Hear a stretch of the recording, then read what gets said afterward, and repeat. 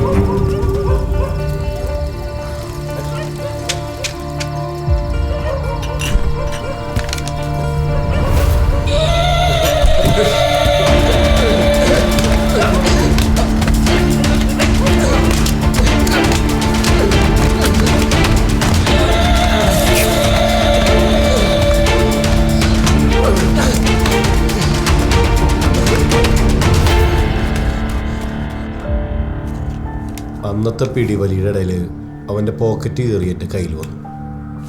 കൂടെ ഈ കഷ്ണം കടലാസും.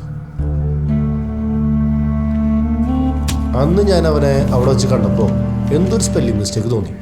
അതാ ഞാനത് കളയാണ്ട് സൂക്ഷിച്ചേ. നോക്കട്ടെ, ഒരു സീനറിയാണ്. ഒരു തോണിക്കാരനും കൂടി എൻ്റെ ഉഷാറാവില്ല അല്ലേ? ഇതിലാ വീട്ടിലേക്കുള്ള വഴിയാണ് രേഖപ്പെടുത്തിയിട്ടുള്ളത്. പപ്പ വീടിന്റെ പ്ലാൻ ഒരു കാര്യം ഉറപ്പാ, ഇതാരോ കൊട്ടേഷൻ കൊടുത്തിരിക്കണ കൊല്ലാനുള്ള കൊട്ടേഷൻ. കൊല്ലാനുള്ള കൊട്ടേഷനാണ് ഇതിൻ്റെ അകത്ത് കത്തിയല്ലേ വരയ്ക്കണ്ടേ? ആ, അത് ചിലപ്പം പുഴയിൽ മുക്കിക്കൊല്ലാനുള്ള പരിപാടി. അതാണ് പുഴ. വലിയൊരു അപകടത്തിലാണ് ഞാൻ ചെന്ന് ചാടിക്കണേന്ന് പിന്നീടാണ് സാർ എനിക്ക് മനസ്സിലായത്.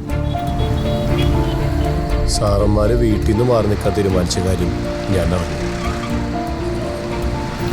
നിങ്ങളെ ഫോളോ ചെയ്യാൻ ഞാൻ സെബാസ്റ്റ്യനോട് പറഞ്ഞു.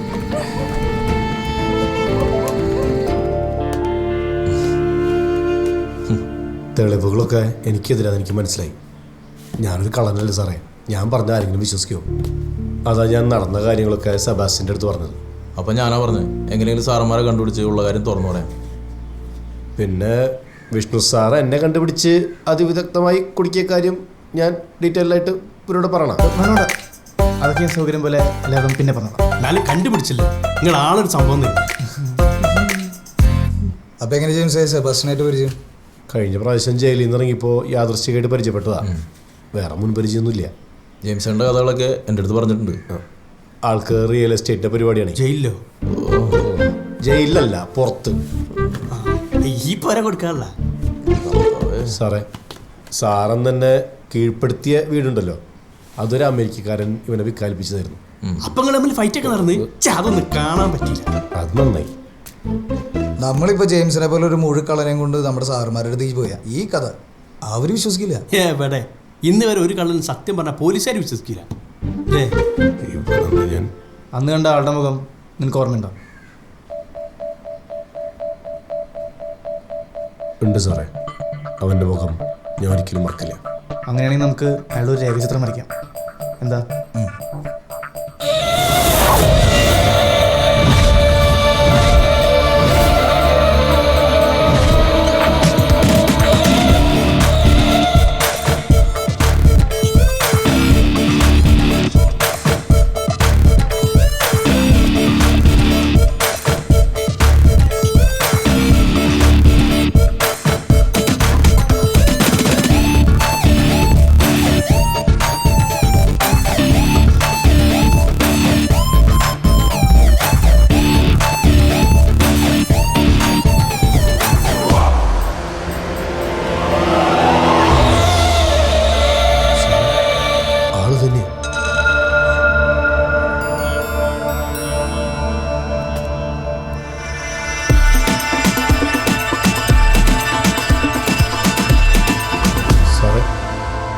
ഞാൻ പലപ്പോഴേ 10-16 വർഷം ജയിലിൽ കിടന്നിട്ടില്ല.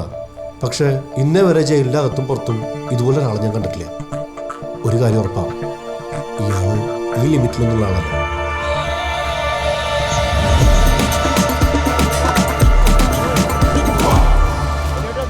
എന്താ സാറേ വല്ല കോളുണ്ടാ?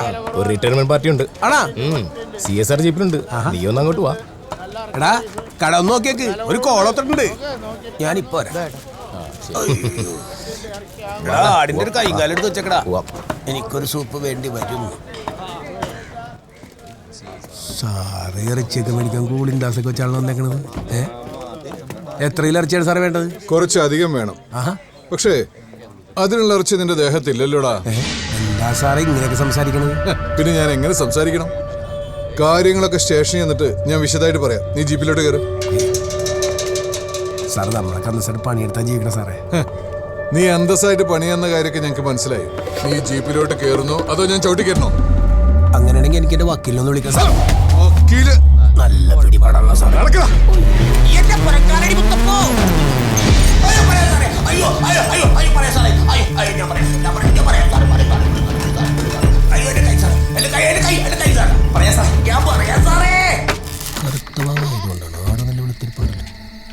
ഈ വെള്ളം നനച്ച തുണി ഇനി നിന്റെ തലയിലേക്ക് ഇടുന്നു. നമ്മൾ നമ്മുടെ വീട്ടിൽ പോകുന്നു. നനഞ്ഞ തുണി ഇട്ടാ പിന്നെ നീ മിണ്ടൂലല്ല പോലെ ഇടുക. എന്റെ കഷ്ടകാലത്തിന് ഞാൻ അവിടെ പോയി ഒരു ആട് പൊട്ടിച്ചതല്ലാതെ ആ കൊലപാതകമായിട്ട് എനിക്കൊരു ബന്ധമില്ല സാറേ. ഇനി തൂക്കി വലിക്കല്ലേ സാറേ.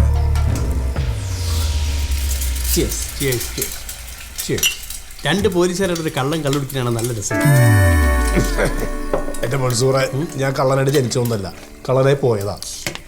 അതെല്ലാ കള്ളന്മാരും പറയുന്നത്.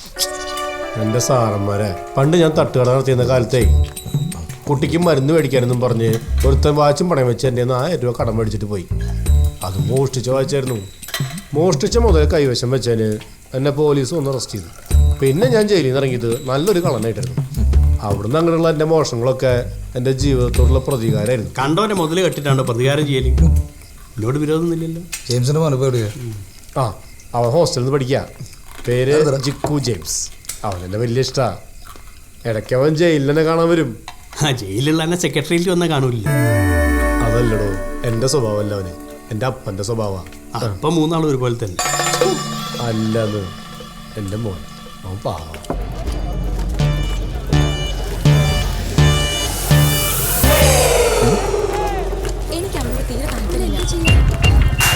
ഹലോ, ഇങ്ങോട്ടൊക്കെ മൈൻഡ് ചെയ്തിട്ട് പോവാട്ടാ. പിള്ളേർക്കൊന്നും സീനിയേഴ്സിനോടൊരു ബഹുമാനം ഇല്ലാതായാലോടാ. വട്ടച്ചെലവിന് പോലും കാശില്ല കേട്ടോ. വഴിയുണ്ടാക്കാം.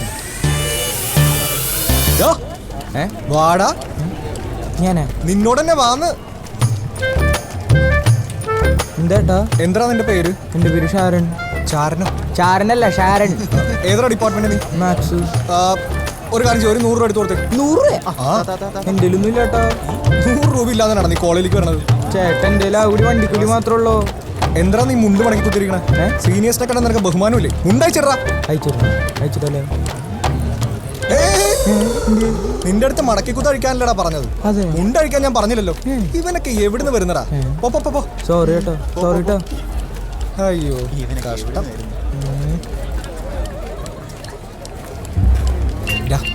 തുടങ്ങിയാലേ? ആ, തിരിച്ചോ, എന്നിട്ട് കാണിക്കിട്ടോ. ആ, ആയുഷ്മാൻ ഭവ. ഇങ്ങോട്ട് വാടാ, കാണിക്കിട്ടിട്ട് പോടാ. നീ കേട്ടോ. ഇതെന്താണ് നിന്റെ മുടി ഇങ്ങനെ പെയിന്റ് പാട്ട്? കാശുള്ളവർക്കൊന്നും വരുന്നില്ലല്ലോടെ. വരുന്നുണ്ടല്ലോ 2 മാടപ്പാവള്. കുട്ടിക്കും ഇടാം. മടിച്ചു നിൽക്കണ്ട, ഇട്ടോളൂ. എന്താ ഒരു ഇഷ്ടക്കേട് പോലെ? ഒന്നുമില്ല. ആരാ പറഞ്ഞു ഒന്നുമില്ലാന്ന്?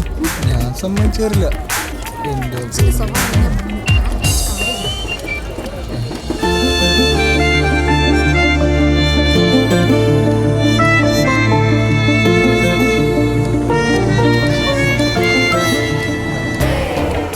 വേണമെങ്കിൽ വല്ല ദക്ഷിണയും വെച്ചിട്ട് പോവാ അല്ലേ?